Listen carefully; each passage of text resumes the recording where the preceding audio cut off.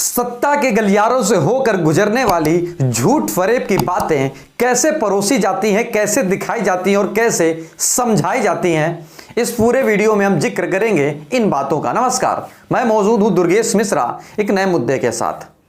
देश के प्रधानमंत्री सीधे तौर पर बयानबाजी में बड़े माहिर हैं। वो सीधे तौर पर बोले थे पहले कि सत्ता में आने के बाद किसानों का पूरी तरीके से कर्ज माफी करेंगे, लेकिन जैसे जैसे समय गुजरा, जैसे जैसे दिन बीते, जैसे जैसे कुर्सी का रुतबा चढ़ा, वैसे वैसे कैसे मंत्रियों के बोल बदल गए। उन्हीं के सरकार के मिलने वाले अमित शाह, यानी कि कह सकते हैं कि बाएं हाथ या दाएं हाथ हैं, वो सीधे तौर पर काबिज होने के बाद बोल रहे हैं कि अब हमने कभी मुखालफत नहीं की थी किसानों के कर्ज माफी की। सबसे पहले ये वीडियो देखिए, बाकी बातें बाद में। भारतीय जनता पार्टी की सरकार बनने के बाद पहली ही मीटिंग में पहला ही काम किसानों की कर्ज माफी का कर दिया जाएगा।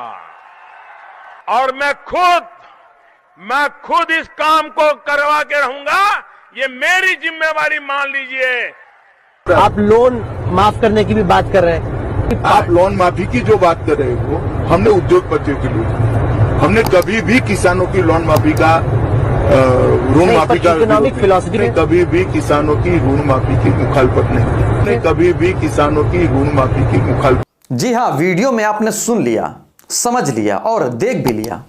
ये वीडियो किसी ने पोस्ट किया है, बताया सीधे तौर पर कि बीजेपी सरकार और सरकार के मंत्री कैसे झूठ बोलते हैं सत्ता में आने के लिए, और जब सत्ता में आ जाते हैं तो इसके बाद कैसे पलट जाते हैं। वहीं एक ANI ने रिपोर्ट छापी है जिसमें सीधे तौर पर लिखा है कि अमित शाह असम में हैं और असम में सीधे तौर पर बोल रहे हैं कि एक बार 5 साल का मौका और दीजिए, सत्ता में आने के बाद बाढ़ पूरी तरीके से खत्म कर देंगे, यानी कि असम में बाढ़ ही नहीं आएगी। तो क्या कहेंगे इसको?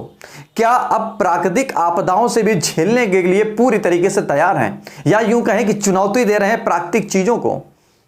साहब, अगर ऐसा ही है तो बीजेपी की जहां पहले से सरकारें हैं तो वहां पर लगाम क्यों नहीं लगी? हालांकि यह तो बात अलग है कि पूरा देश जान चुका है कि कैसे लंबी लंबी बातों में लपेटने में माहिर बीजेपी सरकार अपने आप में अलग चाल चलती है और वक्त आने पर कैसे पलट जाती है, यह किसी से छिपा नहीं है।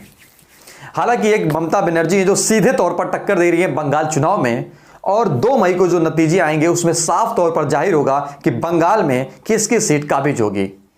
नमस्कार, अगर यह वीडियो समझ में आया हो, कुछ जानकारी मिल पाई हो तो लाइक, कमेंट और शेयर जरूर करें। पहली ही मीटिंग में पहला ही काम किसानों की कर्ज माफी का कर दिया जाएगा। और मैं खुद इस काम को करवा के रहूंगा।